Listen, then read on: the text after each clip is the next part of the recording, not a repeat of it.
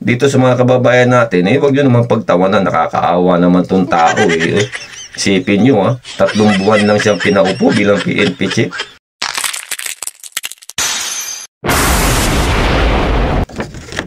So ito mga boss, isa pong magandang balita. Ito, maraming ngingitin nito sigurado dahil itong taon to maraming galit, no?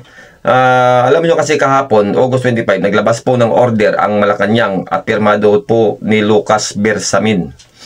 At nakalagay dito, Police General Nicolas Torre III, Philippine National Police PNP, Camp Crame, Quezon City.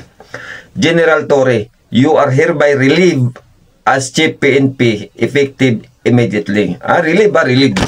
Tinanggal siya sa pwesto bilang isang PNP chief, pero hindi siya natanggal sa pagka-pulis, sa pwesto lang bilang PNP chief. So ngayon hindi na siya PNP chief, di ba? Paano yan, Nicolas Torre? Hindi ka na PNP chief. Alam mo kasi, yung kayabangan mo, ilagay mo kasi sa lugar, hindi sa pang-araw-araw Ikaw naman, inaraw-araw mo yung kayabangan mo sa harapan mismo ng social media. Lahat, kung ano-ano yung mga pinagsasabi mo, kung ano-ano yung mga pinagagagawa mo dyan sa PNP. Kung umasta ka, parang daig mo pa yung presidente. Tingnan mo tuloy. 3 buwan ka lang sa pwesto bilang isang PNP chief. Sabagay, okay na rin yun. At least natikman mo na rin yung position na yan na maging PNP chief. Di ba? Wag yun namang pagtawanan. Kayo naman, pinagtatawanan nyo naman kagad. Ito si Nicolas Torre, kawawa naman tong taon to. Baka mamaya, iiyak mo yan. Kasi, alam mo, ito yung sinasabi natin na yung karma, darating talaga sa isang tao yan. Di ba?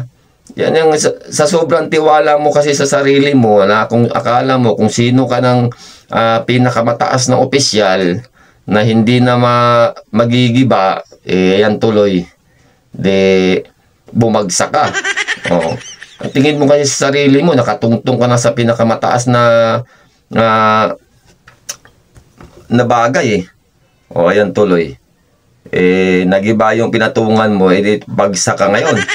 Yan yung problema sa'yo. So ngayon, hindi ka na PNP chief, no? So, ang problema kasi dito sa kay Bongbong Marcos, magpo-promote ng isang opisyal, isipin mo, simula sa 1 star, naging 2 star, tapos naging 4 star, na hindi man lang dumaan sa tamang proseso, hindi man lang nila tiningnan yung background ng isang tao bago nila gawing opisyal, di ba? Dapat kasi tinitingnan yung background kung ano yung background. Ito si Torre, ano bang background ito? Yung paghuli na lang kay Kibuloy at saka kay dating Pangulong Rodrigo Roa Duterte para maging 4 star. Ganyan ba yun? Itong problema kasi. Tapos ngayon, tinalaga bilang PNP chief. Sa bagay, okay na rin yun. At least, pinuupo nyo, pinatikim nyo naman sa kanya yung 3 buwan na maging PNP chief, di ba? So, dito sa mga kababayan natin, wag nyo naman pagtawanan, nakakaawa naman tong tao Isipin nyo, 3 buwan lang siyang pinaupo bilang PNP chief. Tapos kahapon, tinanggal na siya sa kanyang posisyon. Ang sakit namang isipin nun para sa kay Nicolas Torre III, di ba? Sipin mo naasam-asam niya yung position tapos 3 buwan lang ipatitikim sa kanya. Di ba? Kawawa yung tao ito, malamang iyak na to sa kwarto niya, di ba? So, sana naman tanggapin mo na yung nangyari sa iyo, Nicolas Torre. Sa sobra mo kasing kayabangan, ayan tuloy. Yan yung napala mo, di ba?